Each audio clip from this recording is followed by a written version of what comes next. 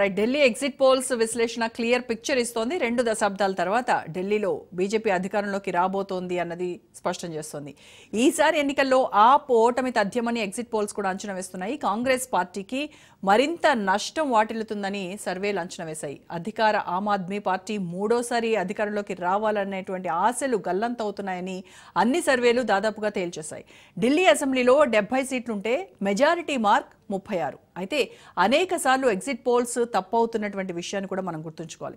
NDTV poll of exit polls బీజేపీకి 41 సీట్లు, ఆప్కి 28, కాంగ్రెస్కి కేవలం 1 సీటు మాత్రమే వస్తాయంటోంది.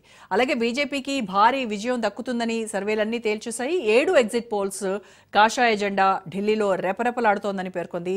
DV research, Chanakya strategies, JVC, poll diary, PMarq, people's insight, people's pulse అన్నీ బీజేపీ బంపర్ విక్టరీ సాధిస్తాయని చెప్తున్నాయి.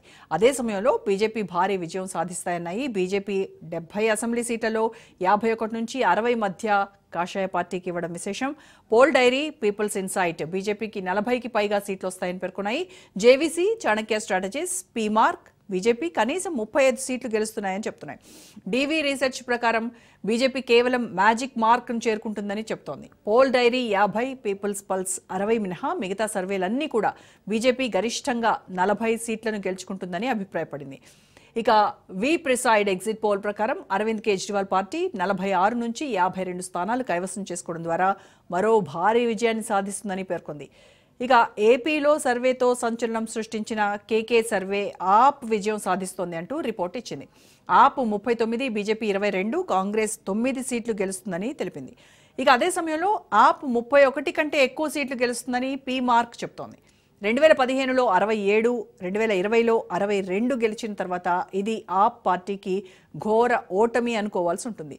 2015, 2020లో విజయానికి ముందు ఎగ్జిట్ పోల్స్ ఇలాగే వచ్చాయి అంది ఆప్. ఎగ్జిట్ పోల్ రిపోర్ట్స్ను ఆ పార్టీ తిరస్కరించింది. ఆప్ నాయకుడు సుశీల్ గుప్తా ఏఎన్ఐతో మాట్లాడుతూ ఇది మా 4వ ఎన్నిక, ప్రతిసారి ఎగ్జిట్ పోల్స్లో ఆప్ గెలుస్తుందని చెప్పలేదని, కానీ ప్రభుత్వం ఏర్పాటు చేసేది తామేనని ఆయన చెప్పారు.